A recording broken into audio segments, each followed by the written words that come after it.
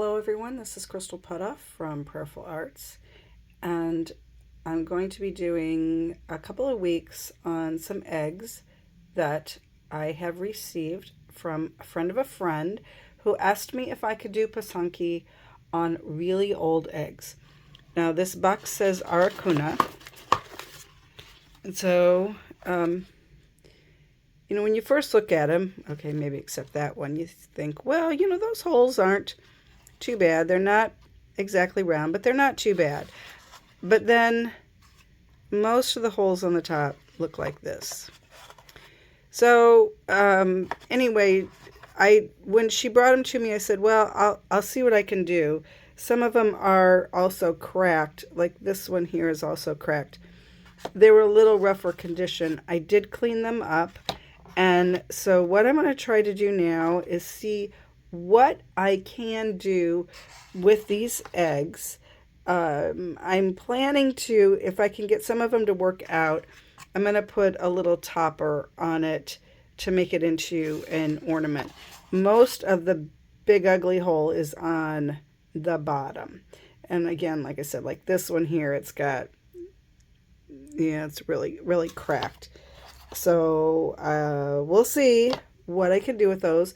The first thing I'm going to do, like I said, I've already cleaned them up and I've let them dry for a couple weeks. I'm going to do my best to plug these holes. And I'm probably going to do some fairly simple patterns on them because if they don't take the dye well, I don't want to have spent hours trying to make a really beautiful pattern. So I'll do a couple of them and see what happens, and then I'll come back and show you what I'm doing. The other thing that she had were these 5 goose eggs. And when I first saw them, I was like, oh my goodness, look how big and beautiful that goose egg is. But they have the same issue, really big holes. And like this one has a crack on it. This one's not too bad. Anyway, she gave me some ideas on some things that she would like done with them. So I'm going to try to do that with these. Again, I'm going to do the Aracuna eggs first, and then I'm going to do these. I'll probably be doing them a little bit at the same time. But I'm excited to see what happens when I do try to do these. Like I said, she gave me some ideas, so I'm going to get started on these. These eggs, like the Aracuna, I cleaned them up and then I let them dry for a couple of weeks. And now I'm ready to start doing the Pysanky on them and see what happens. So let's get started. So here's where I am at the moment. I did these two. I plugged both ends and I did fairly simple patterns on them. I have 2 others plugged here that I'll do depending on how these go. Because these 2 had some really big holes and this one had some cracks that went down, I actually drew out some circles using, or ovals, using a template. I'm going to attempt to cut these out of the eggshell and then do the Pysanky on them. And I will tell you, well, first off, it's kind of challenging to do that on a chicken egg because they're thinner. Usually I only cut goose eggs. But also, it's kind of hard to do Pysanky on something that small. But we'll see what happens because there's no way I could plug that hole. I don't even want to try. Okay, and it's like cracked here and other places. So anyway, so that's like plan B with these eggs. But okay, so these 2 are ready to dye. What I'm going to do is I'm going to use the freezer method.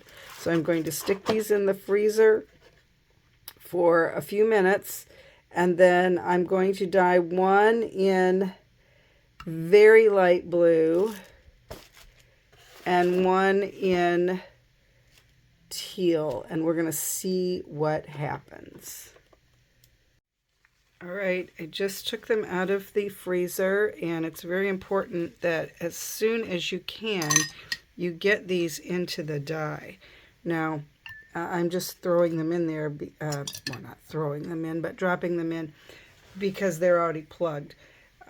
And one of the reasons I used the freezer method was because I don't know how well these eggs will take the dye, and sometimes the freezer method will help with that. Plus, I don't know how deep the pores are on these eggs, because I don't know if I mentioned it. The lady that brought them to me said they belonged to her mother, and she wasn't really sure how old they were, but she was guessing between 15 and 30 years old. So, you know, we don't know what's going to happen here. So this is our first look at what might happen with the dye. Okay, that one looks like it's taking it. Plus, I don't know how well I got the holes plugged on all the cracks. So this will help prevent dye from getting into the egg if you use the freezer method.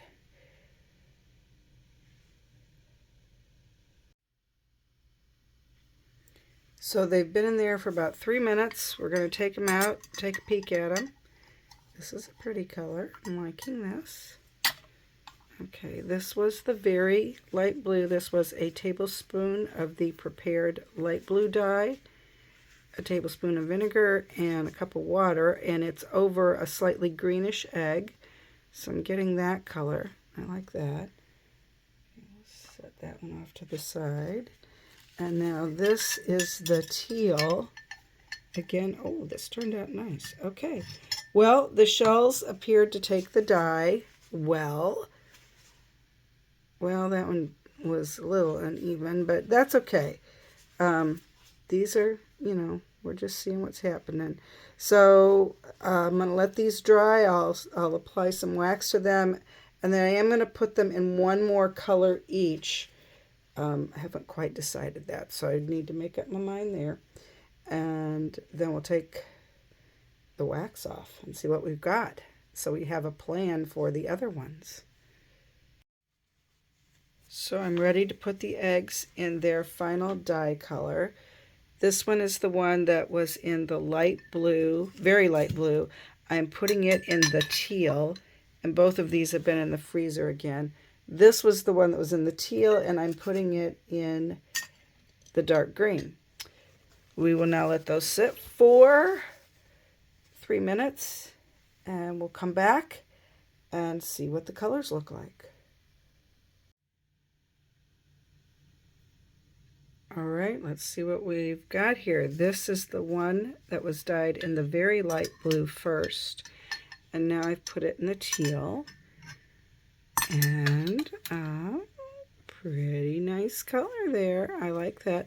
The teal does take very nicely over the very light blue. I found that out. So there's number one. Right. And now take this one out of the dark green. Okay, it's green. I wouldn't necessarily say it's a dark green, but it is different from the teal color that it was. All right, so we're going to let these dry for a little bit and take the wax off, and I'll come back and show you the final eggs. So far, it looks like test case number one is working out pretty good, but we'll see once we take the wax off what it looks like. All right, here we go, reveal time. I'm pretty happy with the way these turned out. Probably the color scheme in this one is better for the color of the eggshell, but I do like this one too. Anyway, so I would say that the trial number one worked out fairly well. We got the eggs to take the dye. There were a couple spots that it didn't take it. It took it a little lighter here than on the rest of the egg. But it all in all, the eggs took the dye very well. They held up. The freezer process worked. I still have some pretty big ugly holes that I got to figure out what I'm going to do with those. But all in all, I am, like I said, very happy with the way that these turned out. So the next thing that I will be doing is I will be cutting out these shapes. So I'm going to cut those out and then attempt to do Pysanky on them as a cut out shape. The reason I'm going to cut them out and try and do it is because the holes on these are really large and I just don't think I can plug it adequately to do several different colors. I don't want to just do 2 colors like I did on these. I'd like to do some extra colors. So we'll see how that goes. And then depending on how that goes, then I'll have a plan for what I do on the rest of the eggs. If that plan doesn't go well, then we'll go to plan C. But I'm excited that it's working out so far, and we'll see what happens next week.